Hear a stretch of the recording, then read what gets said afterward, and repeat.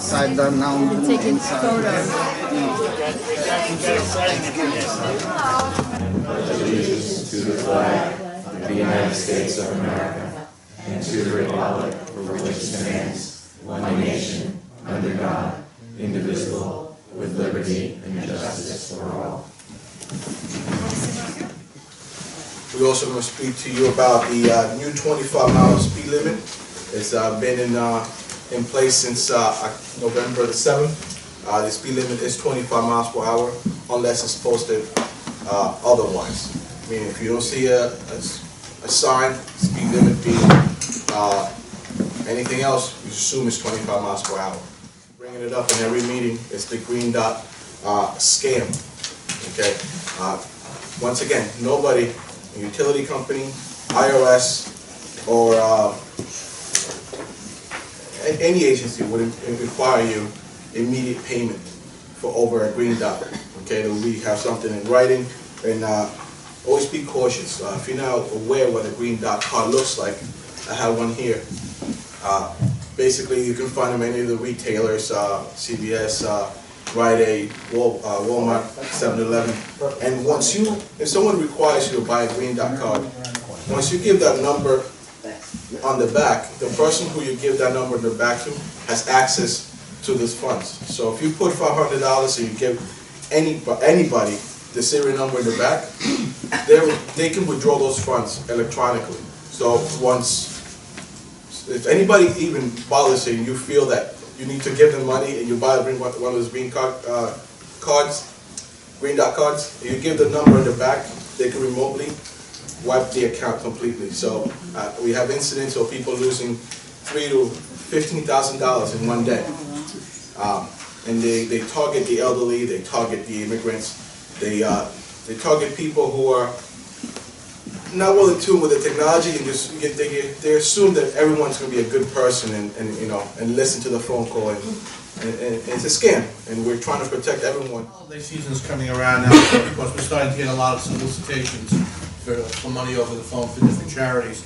I'm starting to get several of them claiming that they are for the benefit of police officers. Other people. So, as I recall, once before, I believe we were told that the police department never solicits. No, we don't solicit. There are units out there who solicit for the widows and the children of deceased officers.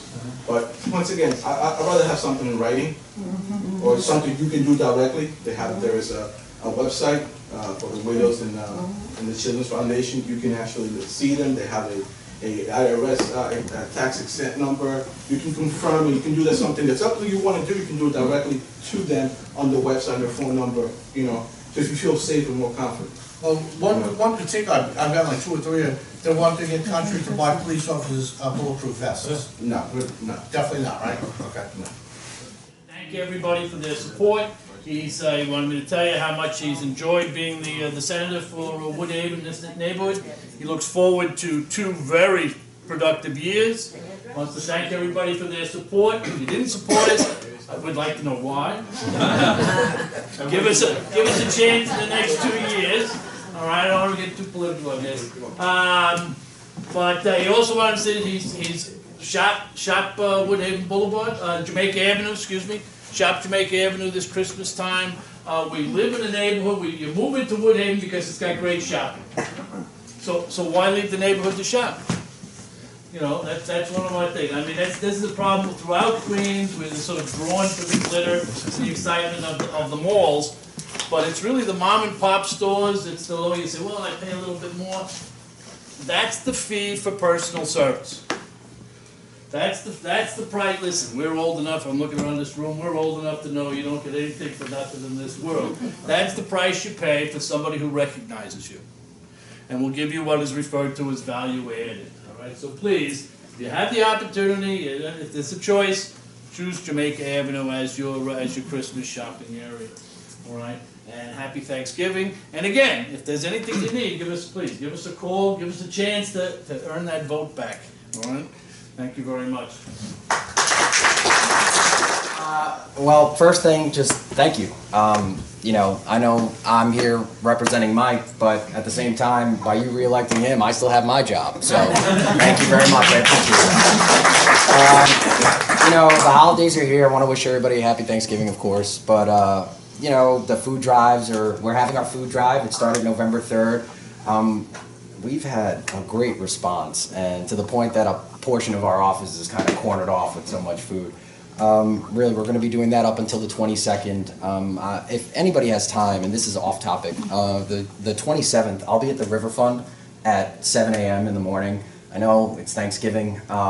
Everybody wants to be with their families, but if you go down Lefferts in Jamaica and you know where the River Fund is, you'll have a line at 5 in the morning of about, I don't know, maybe 2,000, 3,000 people, and they give away about 15,000 turkeys. So if you have a couple moments, there's always people that need help, and just remember that people aren't just hungry on the holidays, they're hungry every day. So, Plug one quick thing, I put it out on the tables, we're having our Veterans Food Drive.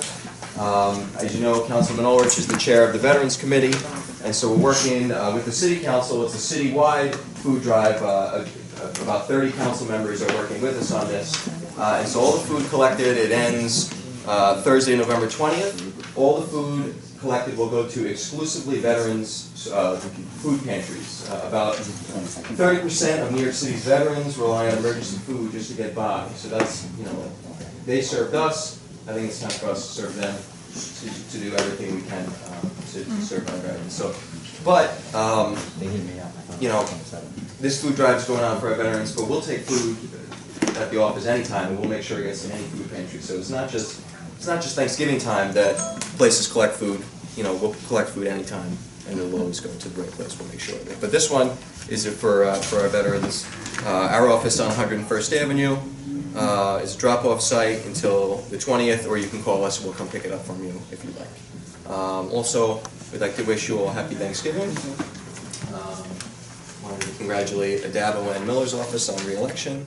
So one thing that we've been spending a lot of time working on is continuing to push the Department of Sanitation to make some improvements to the way they operate in our neighborhood and across the city.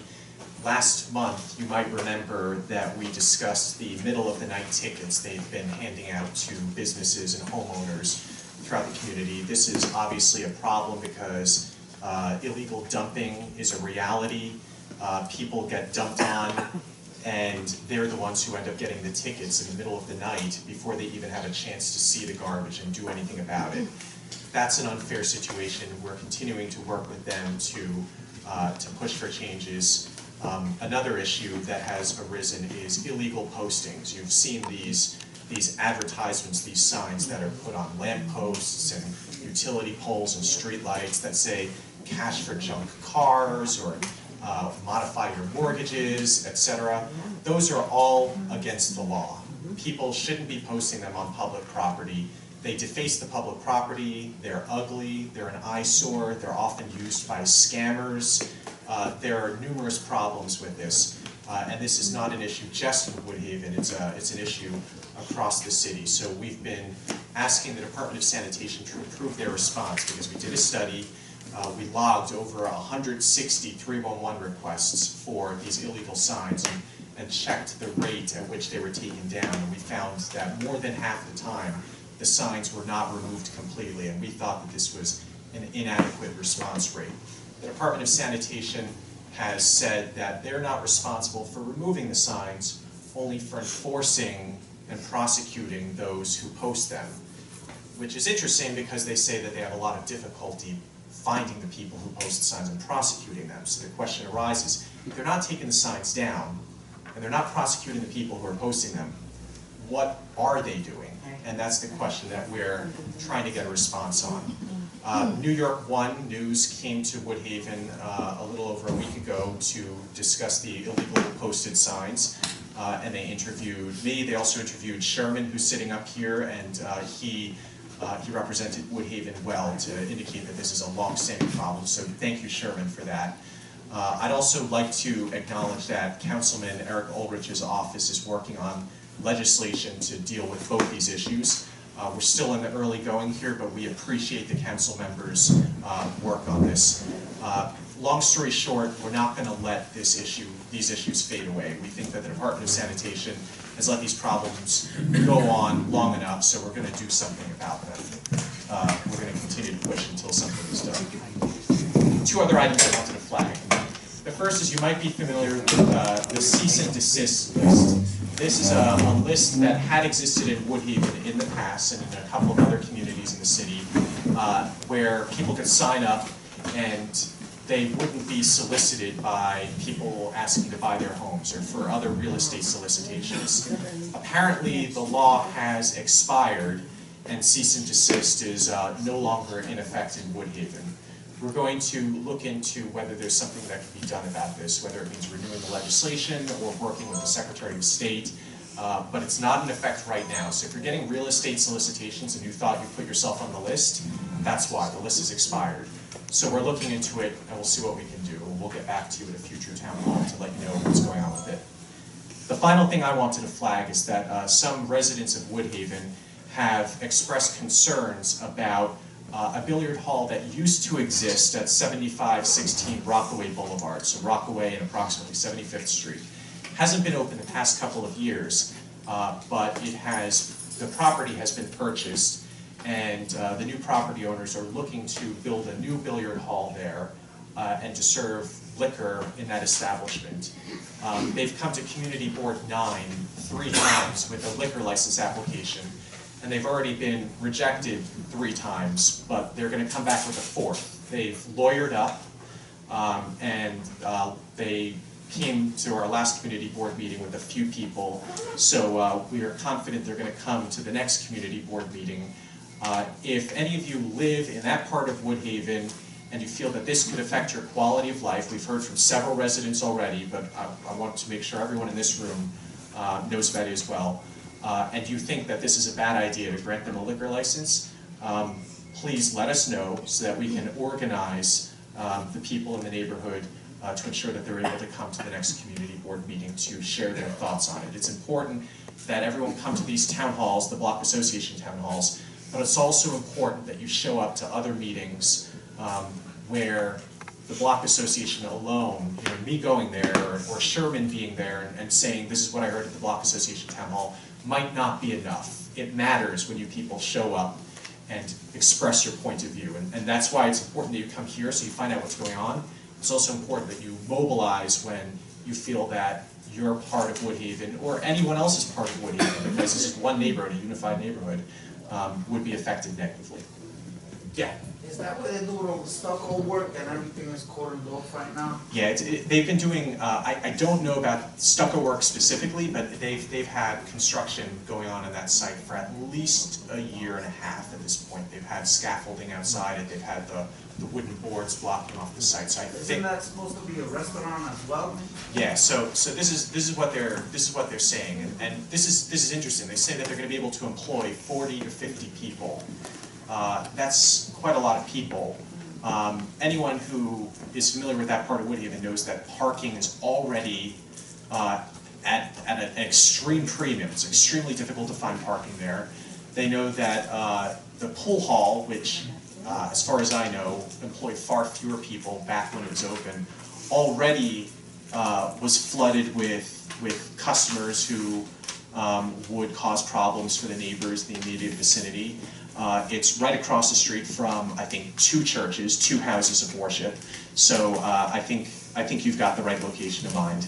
Yeah. Well, the only reason I ask is because I know the owners of the restaurant that they have in Brooklyn, and living in Crescent area, and they told me that they were planning to open up a restaurant there. I had no clue that it was a billiards hall as well. Yeah, it's called El Rey 4 Billiard Hall. Yeah.